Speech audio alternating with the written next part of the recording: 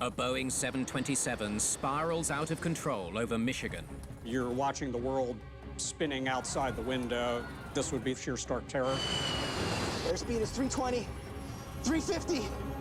Come on, come on! No, no, no. Investigators track down pieces of debris. Slat number 7. Broken in two. And interview fellow pilots. Off the record. Off the record.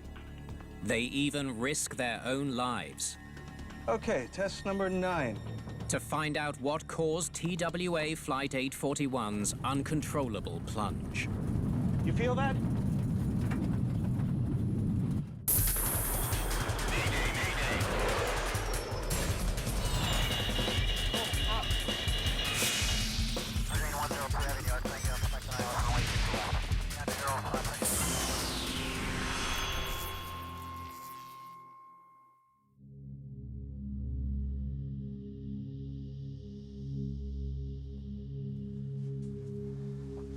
It was insane.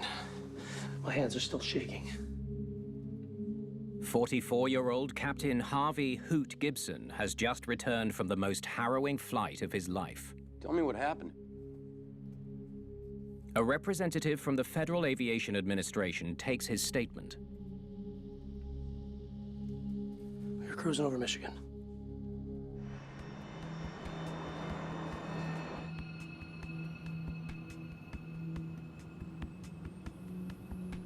That sure is a strong headwind. Captain Gibson is a trained stunt pilot who has a clean 16-year record with Transworld Airlines. Do a ground speed check, will you? Sure thing, Hoot. First Officer Scott Kennedy has been flying with TWA for 13 years.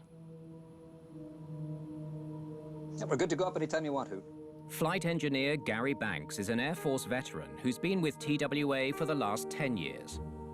The crew of Flight 841 had just the right kind of experience you would want for a 727 crew. Center TWA 841, we'd like to try flight level 390. Roger, TWA 841, climb and maintain flight level 390.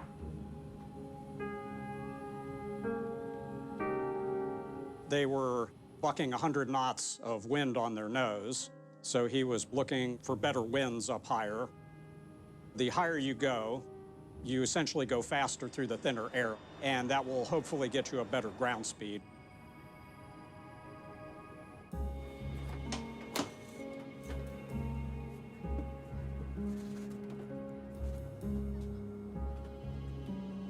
I can take that off your hands.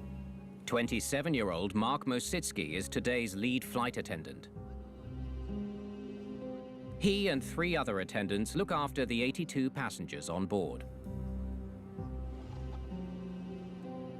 It was an evening flight. It was leaving JFK. It was the first time I had flown with this cockpit crew. Everything was absolutely smooth. They're flying the narrow-body Boeing 727 aircraft. The 727 was massively overbuilt. It was a very sturdy airplane. It was like driving a sports car or a fighter plane. It was very light on the controls. It had that feeling that you could just put it wherever you wanted it. After a 45-minute delay in New York, the flight to Minneapolis will take about 3.5 hours.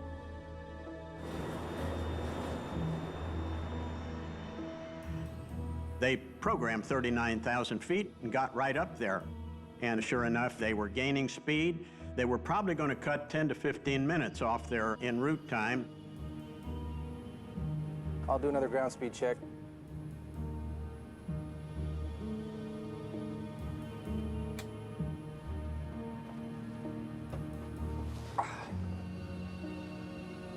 Power settings adjusted. Everything looks good. After meal service, Mositsky takes a moment to eat his own meal. I sat in my jump seat. Very shortly, however, there was a very abrupt buffeting of the aircraft. It wasn't turbulence. What the heck? The captain noticed something was strange. The wing had started to drop, and the autopilot was compensating for that. I got control. Disengaging the autopilot was the right thing to do at that time. That's the first thing you think of. There's something wrong with the autopilot. What's going on? Without any warning, the plane banks hard to the right. Airspeed 240. Come on, level up. But if the plane still doesn't respond, then you're thinking there's something wrong with the airplane. The plane just kept rolling right. And it started rattling really hard, too. I would be trying the rudder, and if that's not doing the jobs, I'd start trying to fly with the engines. But 727, the engines are all clustered together in the back. That probably wouldn't help you much. So this would be sheer stark terror. Shutting the throttles. The captain tries to slow the plane to regain control, but the aircraft isn't responding.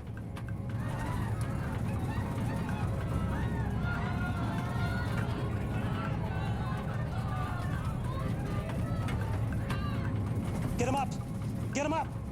Desperate to slow the plane, Gibson deploys the speed brakes. Speed brakes are flight control surfaces that increase drag and improve roll control.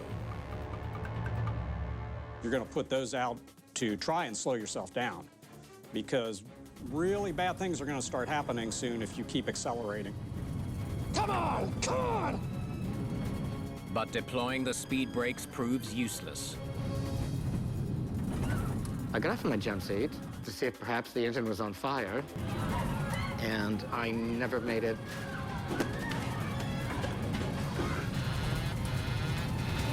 We're going over!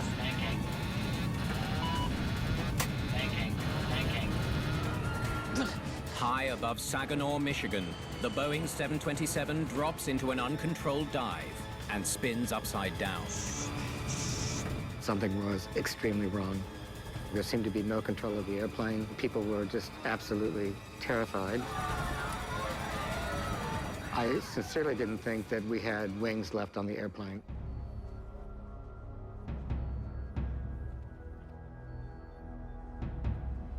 TWA 841, this is center. TWA 841, center. Jesus. Something is seriously wrong. You would have your hands full of airplane. You're watching the world spinning outside the window. You're being pressed by G-forces. It also must have been insanely noisy. It would have been very difficult trying to troubleshoot the problem. TWA 841, do you read me? The controllers watch helplessly as TWA 841 plummets towards the ground. Once the nose comes down on an airliner, they want to pick up speed in a hurry if you point it at the ground. I kept clenching my jaws and biting my teeth to keep blood in my head. The G-forces were so extreme, I felt I was going to pass out. The blood is literally being drained out of your head, and you will first lose your vision. That's called graying out. And then the next thing is you black out, which is where you lose consciousness, because your heart just can't pump the blood up to your brain against all that force of gravity. Airspeed is 320, 350.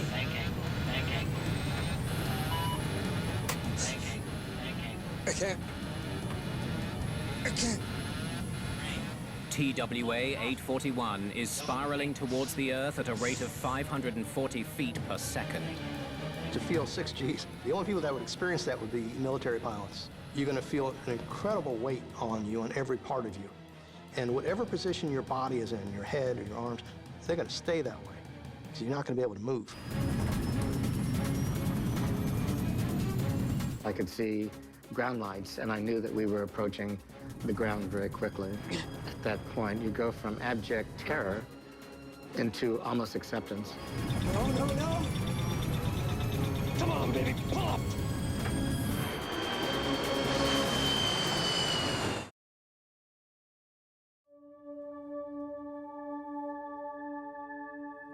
We were falling so fast.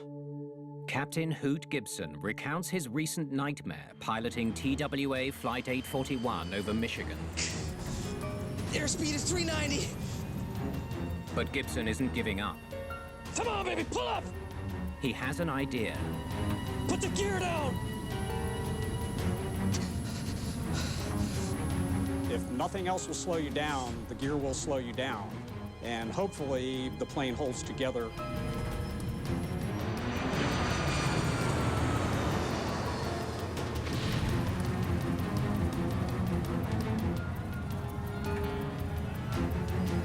That's it! That's it, baby!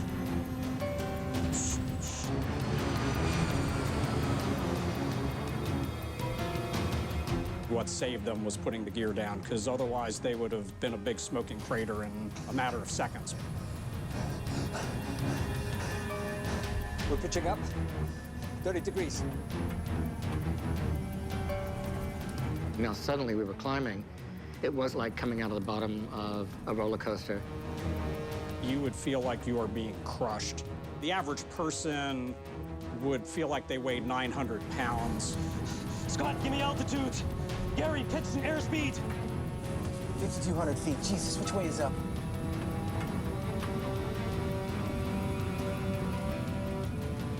Moon! It's pitch black, and you've just been spiraling down towards the Earth, and you're probably disoriented. He sees the moon, and that's up. You can sort the rest out later, but get away from the ground. TWA 841 has come within seconds of impact and now climbs back towards the night sky. Airspeed is 160. Though the pilots are flying again, they are not out of danger. The steep climb is physically demanding, and the crew struggles to maintain focus. 10,500. 11,000. That's it. That's it, Hoot. Leveling 110. This is your captain speaking. As you've noticed, we've had a bit of a problem, but everything seems to be under control.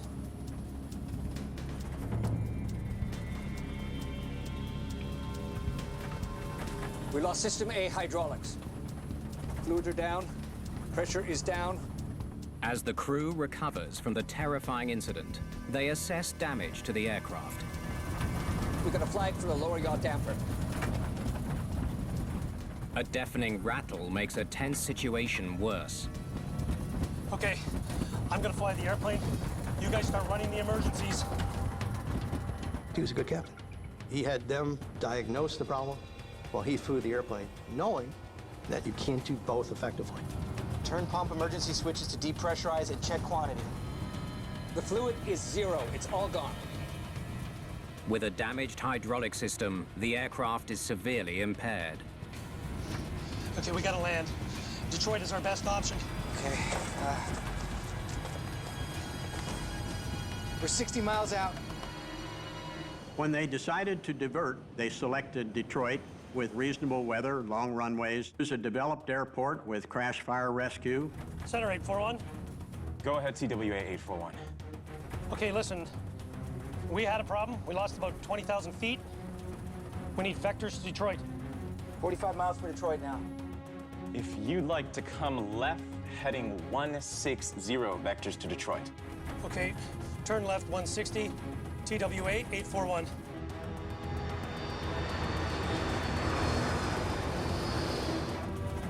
Remove your glasses, earrings, and anything else that might be sharp. Place anything soft in your lap to cushion the impact. 30 miles from the airport, flight attendants prepare the cabin for an emergency landing. Passengers were amazingly quiet. I mean, they looked at us for complete direction.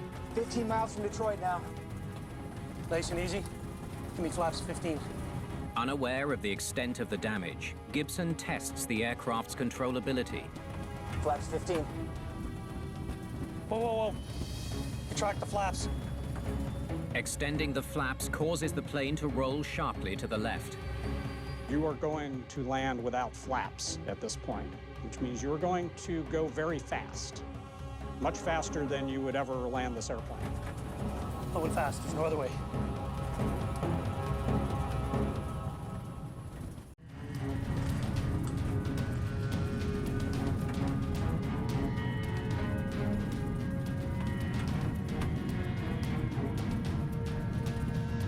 It's gonna be our only approach.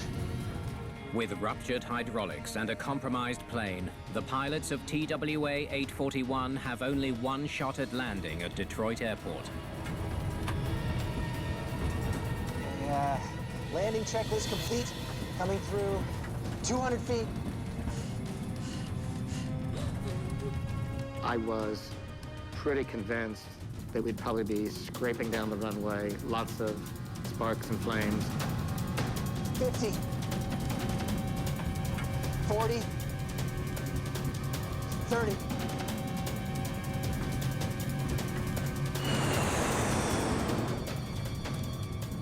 Brace.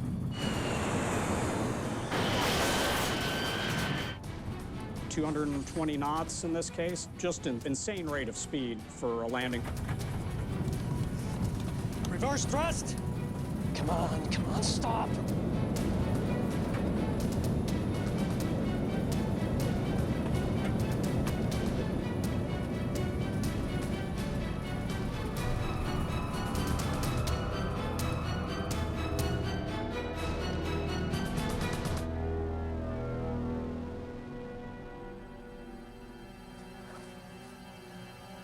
Let's get these passengers off the plane. He's just put this badly damaged airplane down at about 90 knots faster than a normal landing speed. This guy was good. He was really good.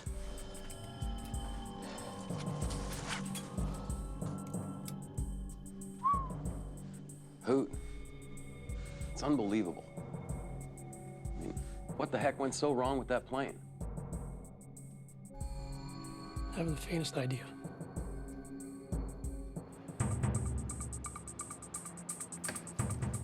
Investigators from the National Transportation Safety Board arrive in Detroit to determine what went wrong with TWA Flight 841. They look in good shape. Let's get the data on these. The flight data recorder and cockpit voice recorder are removed from the aircraft and sent for analysis. Let's check that out.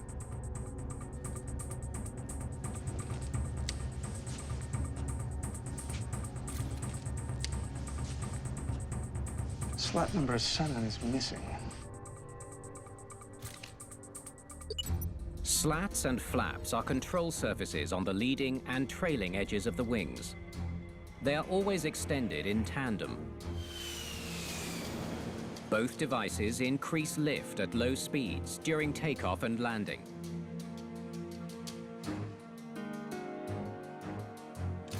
It's pretty banged up. Investigators wonder why the slat came off.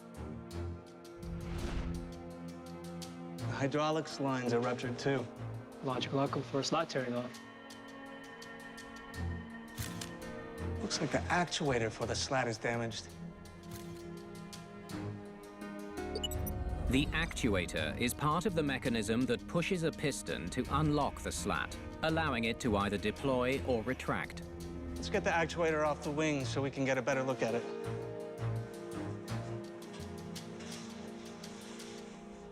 One of the interesting remnants of this inspection was the number 7 slat actuator.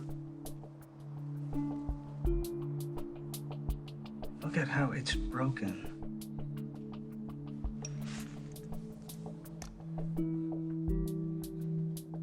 And no scrape marks inside either.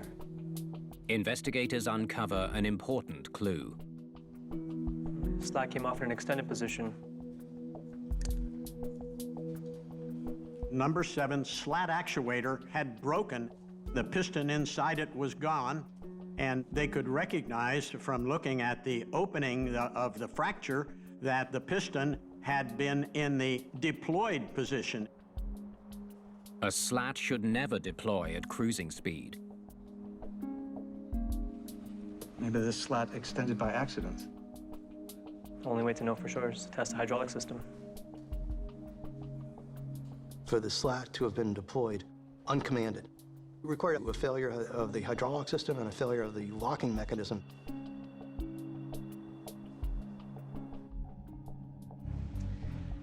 Now let's start with flaps 2.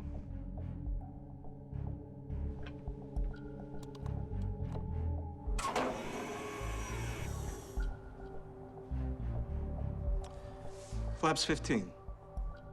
Flaps 15.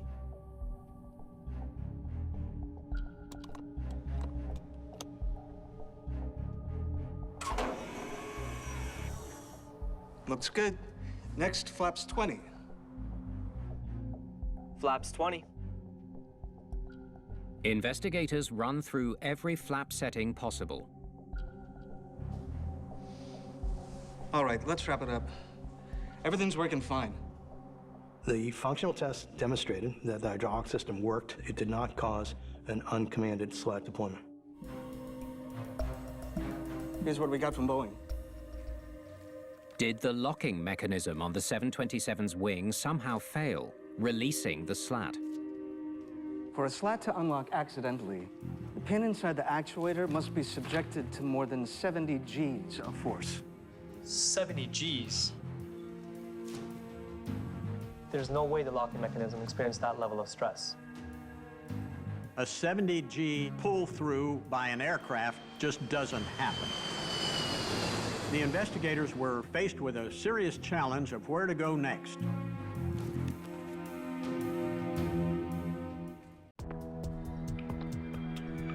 Take a look.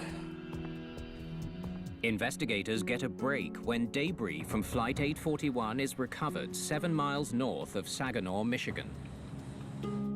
Slat number 7.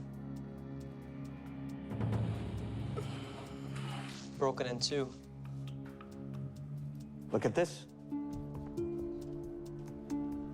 Here's the number 7 slat's T-bolt. T-bolts are part of the slat track assemblies. The number 7 slat T-bolt was attached to the inboard side of the slat, which deploys and retracts inside the wing. Let's send this to the lab. They hope metallurgical analysis will offer some clues. But an important question remains. Why did the slat extend? There's only one other way a slat could extend. Through pilot action. This was something that had been probably commanded in the cockpit, and it was distressing to everybody. Why would a pilot do something as dangerous as extending the slats at cruising speed? Can't find anything in the captain's statements about slats and flaps. Investigators review the crew's statements.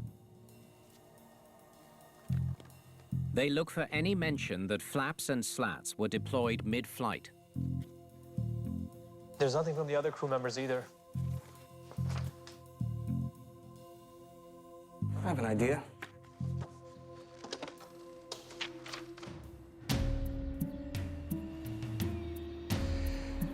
Thanks for meeting with me. The NTSB consults with pilots to learn why they might extend a flap or a slat mid-flight. Off the record. Off the record. Flaps, yes.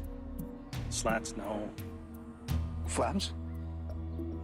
Investigators learn of an unauthorized procedure used by some pilots that could save fuel and potentially time.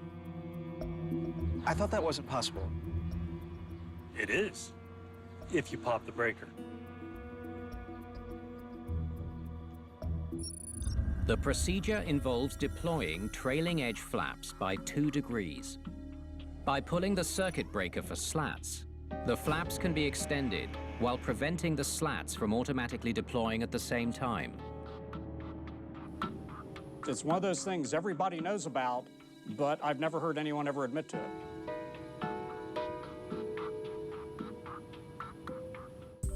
Ready? Investigators turn to the cockpit voice recorder for evidence that TWA 841's pilots used the unauthorized procedure. Let's get these passengers off the plane. Hang on. Did you start the tape at the beginning? Yes, it's fully rewound. Play it again, just to be sure.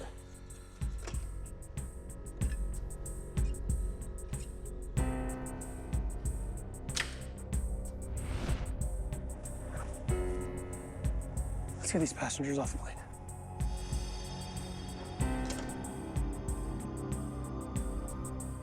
planes are already on the ground. This can only point to one thing. The pilots erased the tape.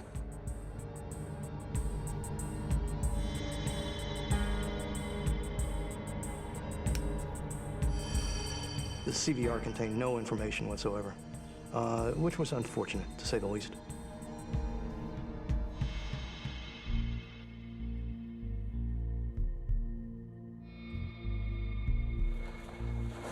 We have to talk to Gibson. The team flies to California to question Captain Gibson in person.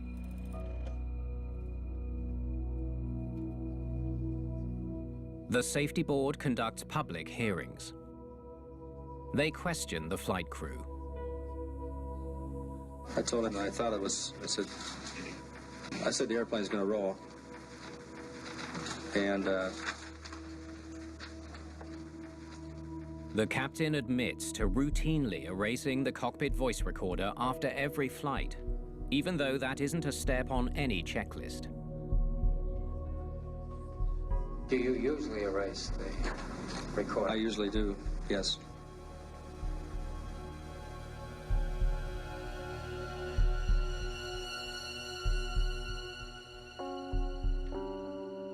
It's just not credible that after the crew had been through what they did, where they came within seconds of dying, that the captain would erase the CVR as a matter of habit or routine. Something's wrong here. Captain Gibson's vague explanation doesn't sit well with investigators. Given what happened, they suspect the flight crew attempted the unsanctioned procedure and then tried to cover up their actions. The only reason he would erase the CVR was to keep information from what he knew would be an investigation. Investigators believed he had something to hide.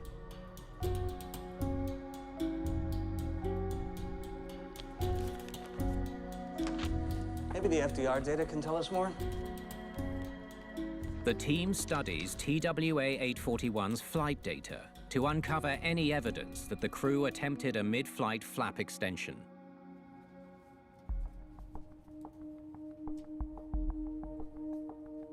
Wow, it sure picks up speed. In 44 seconds, the plane goes from 229 knots to over 400 knots. That's incredible. Look at this. Close inspection of the data gives the team an important clue. That's odd. Are those oscillations? Yes, in the G-trace. The G-trace shows the level of G forces being put on the plane throughout the flight. Let's get this section blown up. The G-trace showed the G forces in the airplane were sort of increasing and then decreasing in a certain rhythmic pattern. Very, very unusual. Oscillations start at 39,000 feet, just before the upset. They show up 1, 2, 3, 13 seconds before the roll starts. Wow, it looks like the plane was really bouncing around.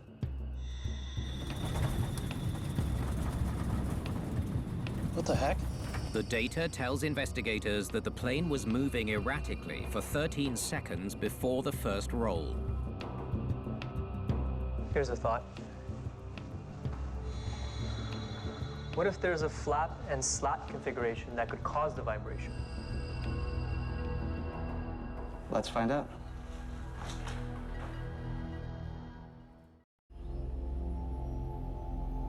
We've reached 39,000 feet. NTSB investigators take an unprecedented risk in an attempt to replicate the oscillations recorded on TWA 841's G-trace. Okay, we got more than a dozen configurations and maneuvers. They run a test flight to determine if these anomalies resulted from a mid-flight slat extension.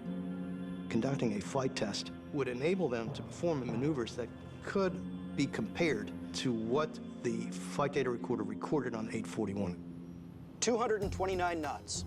Okay, test number 1. Start by popping the breaker. Okay, slats are retracted. Ready? Flaps 2. Flaps 2.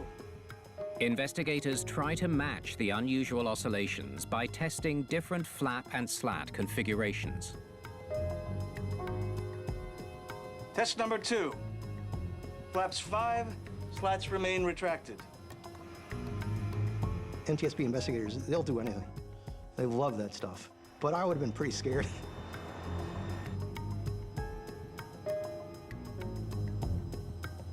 Okay, test number 9. Flaps 2, slats 2, 3, 6, and 7. Flaps 2, ready?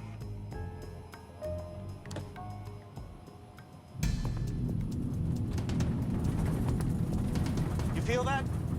The flight test gives investigators a tantalizing new lead. Investigators are very careful with flight tests to take the same aircraft, to record parameters carefully. All those things have to factor into a flight test in order to be of any use to the investigation.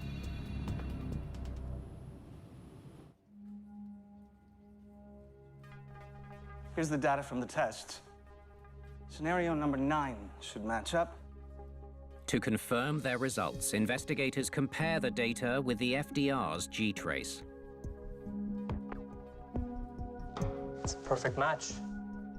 The flight test showed that extending the flaps and slats would create in the airplane oscillations found on 841.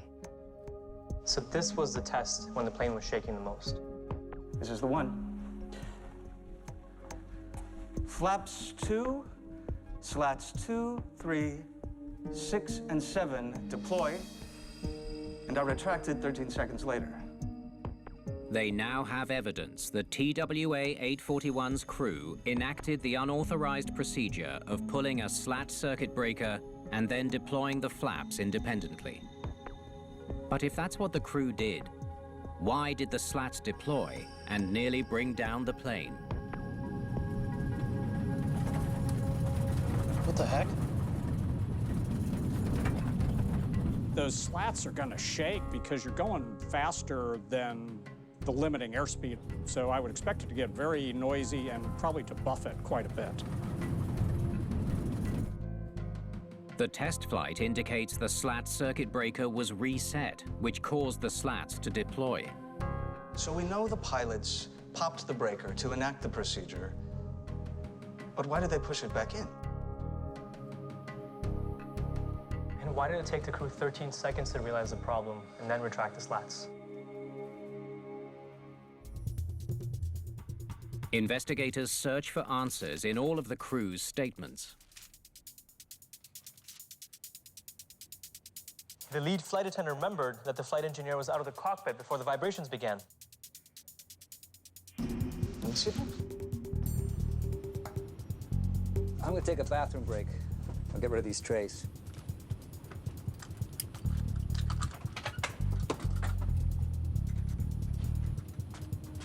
I noticed the cockpit door open, and I saw the flight engineer coming out with the meal trays. I didn't want him to think I was shirking my responsibilities. I immediately met him. Oh, let me get this for you. Thank you. I was kind of surprised that I had never had a cockpit member actually bring those trays back to the cabin. They waited for us. Well, that's it. The flight engineer was out of the cockpit. And out of the loop. Investigators now have a theory about what happened in the cockpit on the night of April the 4th. The flight engineer leaves the cockpit to return the trays. With Banks out of the cockpit, Gibson launches the unauthorized procedure. The pilots deploy the flaps. What do you say we get to Minneapolis a little quicker? Okay. How are we going to do that? Watch this.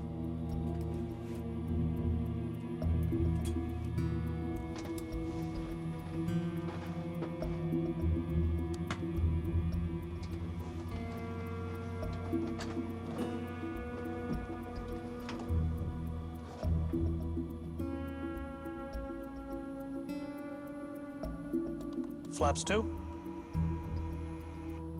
Fancy trick. Heard about it, but I've never tried it. Works like a charm. I could see the junior crew members saying, he's the boss. Let's do it.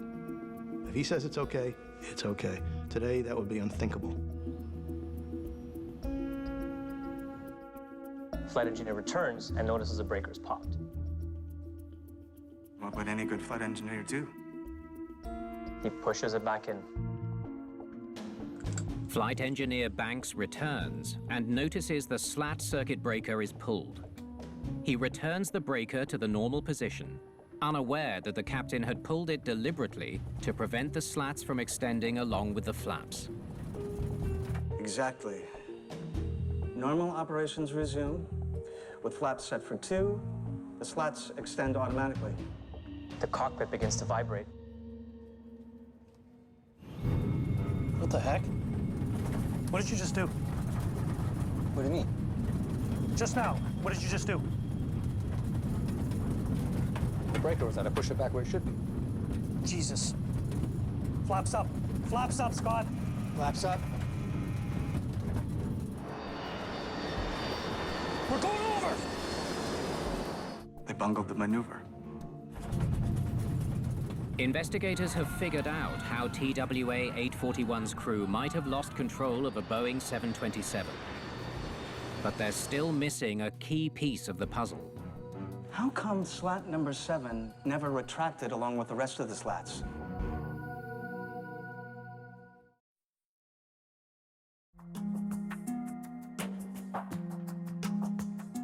The metallurgical report is in. Investigators turn to results from a metallurgical analysis of the T-bolt from the number 7 slat on TWA Flight 841.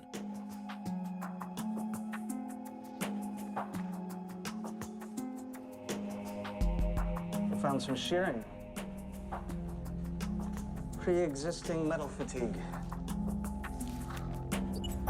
The team discovers a fracture in the T-bolt, which would have caused the slat to sag on the inside when extended. The slat is kept in the forward part of the wing, which gets all of the air forces as the airplane progresses. At 0.8 times the speed of sound, that's going to be enormous, enormous air pressure. So all that air pressure twists the sagging slat. Slat number 7 can no longer retract. Under the extreme air loads of a diving plane, it finally rips off. Investigators finally understand how TWA 841 went into a horrifying dive above Saginaw, Michigan on the night of April the 4th, 1979. I'm going to take a bathroom break. I'll grab these trays.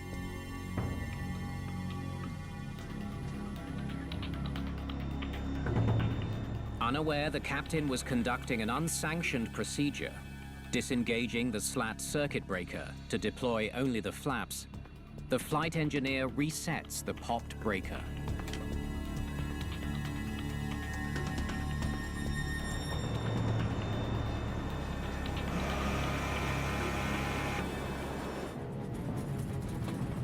What did you just do? What do you mean? Precious seconds pass as the captain tries to figure out what's happened.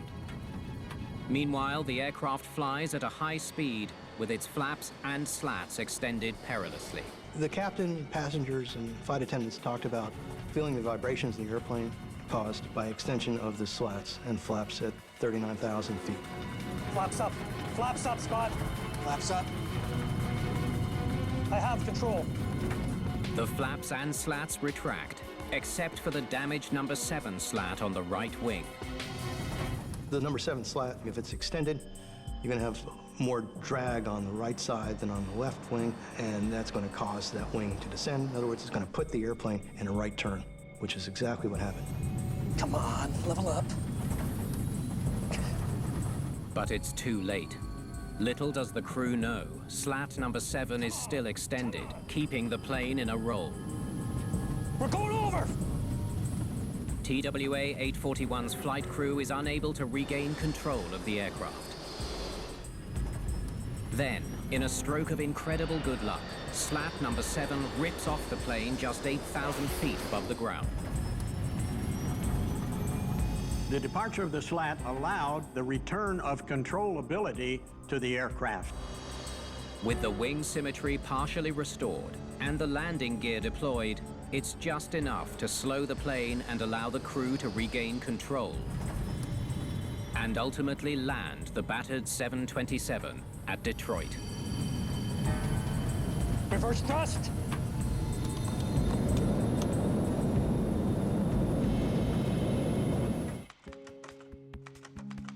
The NTSB recommends additional warnings to flight crews about the dangers of high-speed deployment of flaps and slats. No punitive action is taken against the crew.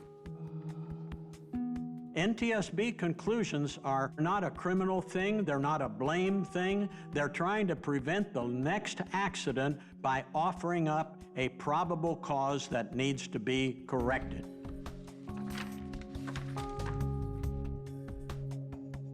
The pilots maintained their innocence, claiming they did not deliberately extend the flaps mid-flight. Captain Gibson took it to his grave with him in 2015. The other two guys aren't talking. Following this accident, newer planes now come equipped with flight computers that prevent the deployment of flaps and slats above certain altitudes. There was speculation over manipulation of controls, all that sort of thing. I've given it a great deal of thought over the past 41 years and have come to the conclusion that I'll never know what happened.